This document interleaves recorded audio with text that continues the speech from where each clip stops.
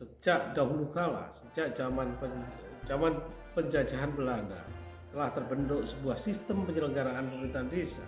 Sudah terbentuk konstruksi pemerintahan desa. Tidak boleh ada pengurangan dalam formasi konstruksi pemerintahan desa. Kawan-kawan semua, sebelum menyaksikan video ini, jangan lupa untuk di like, di subscribe. Assalamualaikum warahmatullahi wabarakatuh. Salam sejahtera untuk kita semua. Om Swastiastu, Namo Buddhaya, salam kebajikan, Shalom. Keluarga besar Dewan Pengurus Nasional Persatuan Perangkat Desa Indonesia dimanapun berada, terkhusus kepada kawan-kawan senasib seperjuangan perangkat desa di seluruh Indonesia. Sampai dengan hari ini, diakui atau tidak diakui, masih banyak persoalan yang dialami oleh kawan-kawan perangkat desa, meskipun Undang-Undang Nomor 6 Tahun 2014 tentang desa sudah memberikan kejelasan terhadap desa, terkhusus kepada nasib perangkat desa, bahwa sesuai ketentuan Undang-Undang Nomor 6 Tahun 2014 atau Undang-Undang Desa, masa jabatan perangkat desa adalah 60 tahun, diangkat minimal usia 20 tahun dan diangkat maksimal 41 tahun. Kemudian perangkat desa diberhentikan pada saat usia sudah genap 60 tahun. Tapi fakta di lapangan, banyak kita temui daerah-daerah yang belum melaksanakan amanat undang-undang, bahwa undang-undang itu bersifat mengikat, memaksa untuk dilaksanakan, kenyataannya masih banyak yang diabaikan. Salah satu contoh ada di Kabupaten Lahat, Sumatera Selatan, kemudian di Kabupaten Indramayu, Provinsi Jawa Barat, kemudian di Bolaang Mangandau, Sulawesi Selatan, kemudian ada di NTT, Kabupaten Manggarai, Nusa Tenggara Timur,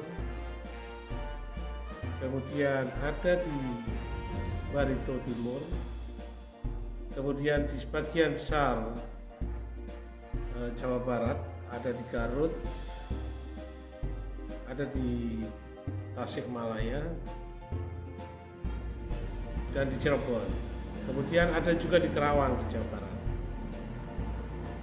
Saudara, seharusnya kita semua menyadari bahwa Undang-Undang Nomor 6 Tahun 2014 tentang desa ini lahir dalam rangka memberikan pengakuan secara konstitusi terhadap desa, baik itu desa sebagai sebuah wilayah maupun pemerintahan desa sebagai penyelenggara pemerintahan di desa.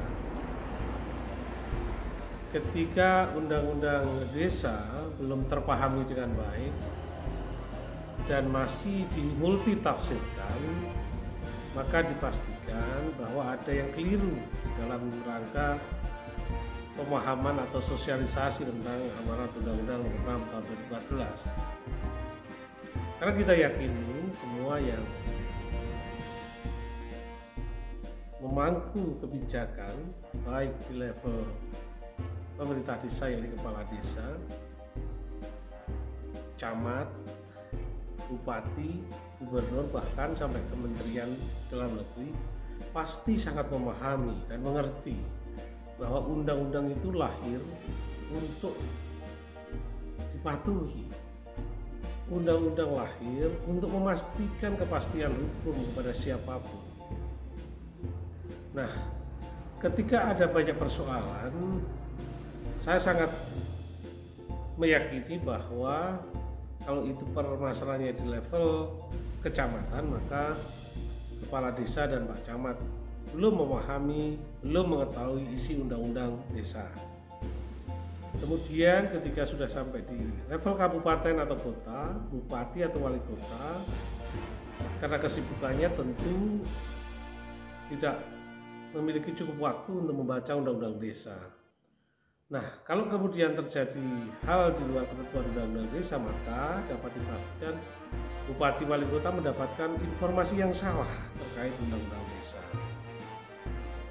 Nah, kalau kemudian undang-undang desa masih diperdebatkan, masih dapat ditafsirkan secara lain tentang masa jabatan perangkat desa, maka sebenarnya sudah turun lagi yang lebih terang benderang, lebih jelas, yakni Peraturan Menteri Dalam Negeri Nomor 67 Tahun 2017 tentang pengangkatan dan pemberhentian perangkat desa.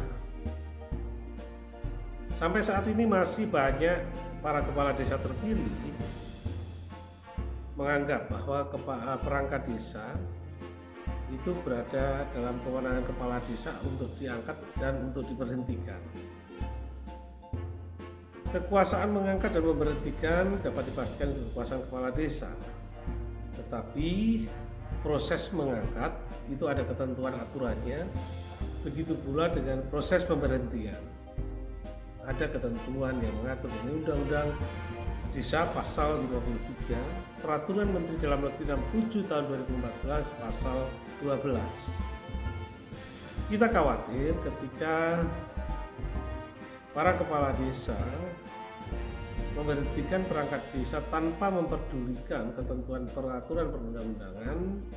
Pertama, dia melanggar sumpah janji sebagai kepala desa. Karena bunyi sumpah janji kepala desa sangat jelas dan disaksikan banyak orang sebagai saksi dan oleh yang melantik. Bunyinya kira-kira, saya bersumpah, saya berjanji akan melaksanakan tugas sebagai kepala desa dengan sebaik-baiknya, sejujur-jujurnya, seadil-adilnya, dan bahwa saya akan melaksanakan Undang-Undang Dasar 1945 dan peraturan perundang-undangan yang berlaku bagi desa, daerah, dan Negara Kesatuan Republik Indonesia. Saya ulang, dan bahwa saya akan melaksanakan semua peraturan perundang-undangan yang berlaku bagi desa, Undang-Undang Nomor 6 Tahun 2015, Permendagri 67, daerah dan Negara Kesatuan Republik Indonesia. Jadi sudah sangat jelas terang benderang. Jadi kami sangat ingin bahwa dalam rangka membangun desa agar desa ini menjadi lebih baik, desa lebih maju, maka penguatan sistem penyelenggaraan pemerintahan desa harus segera dilaksanakan oleh semua pihak. Jadi perangkat desa sebelum usianya 60 tahun tidak boleh diberhentikan. Kemudian himbauan kepada kawan-kawan perangkat desa di seluruh Indonesia bahwa pemilihan kepala desa setiap saat akan berjalan di desa kita. Setiap 6 tahun sekali akan terjadi pemilihan kepala desa. Kita ingin keluarga besar Dewan Pengurus Nasional Persatuan Perangkat Desa berharap seluruh perangkat desa dalam proses politik yang ada di desa, pemilihan kepala desa bersikap netral. Saya ulang, seluruh perangkat desa, bahwa perangkat desa itu adalah kesekretariatan, terdiri dari sekretaris desa, kepala urusan, kepala kewilayahan atau kepala dusun, dan pelaksana teknis. Benar-benar netral, tidak berpihak ke siapapun. Dengan begitu maka integritas pemerintahan akan benar-benar terjaga. Kredibilitas penyelenggara pemerintahan desa, perangkat desa akan teruji. Oleh karenanya, untuk semua pihak kami berharap bahwa Undang-Undang Nomor 6 Tahun 2014, Peraturan Menteri Dalam Negeri Nomor 67 Tahun 2017 tentang pengangkatan dan pemberhentian perangkat desa benar-benar dipatuhi siapapun dan tidak boleh ada pemberhentian perangkat desa sebelum yang bersangkutan berusia 60 tahun dengan cara apapun. Tidak ada intimidasi untuk mengundurkan diri, tidak ada cara-cara yang membuat perangkat desa tidak punya pilihan akhirnya mengundurkan diri, dan tidak boleh ada ancaman atau yang lain sebagainya. Kira-kira demikian. Terima kasih atas perhatiannya.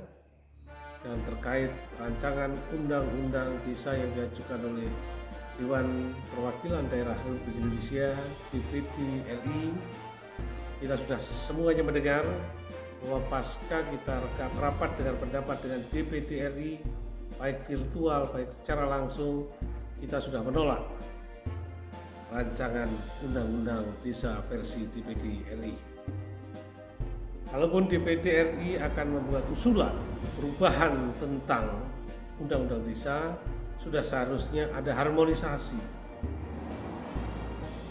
dengan organisasi perangkat desa, baik itu DPN, BPD atau organisasi yang lain, sehingga ada satu klausul rancangan undang-undang yang tidak merugikan satu dengan yang lainnya.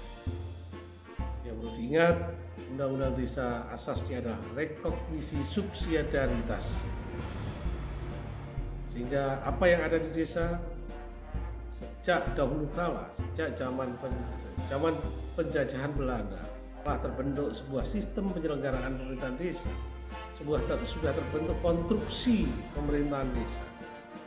Tidak boleh ada pengurangan dalam formasi konstruksi pemerintahan desa. Demikian, terima kasih atas perhatiannya sekali lagi. Mohon maaf apabila ada kekurangan. Assalamualaikum warahmatullahi wabarakatuh. Salam sejahtera untuk kita semua. Om Swastiastu, Namo Buddhaya, Salam Kebajikan, Shalom.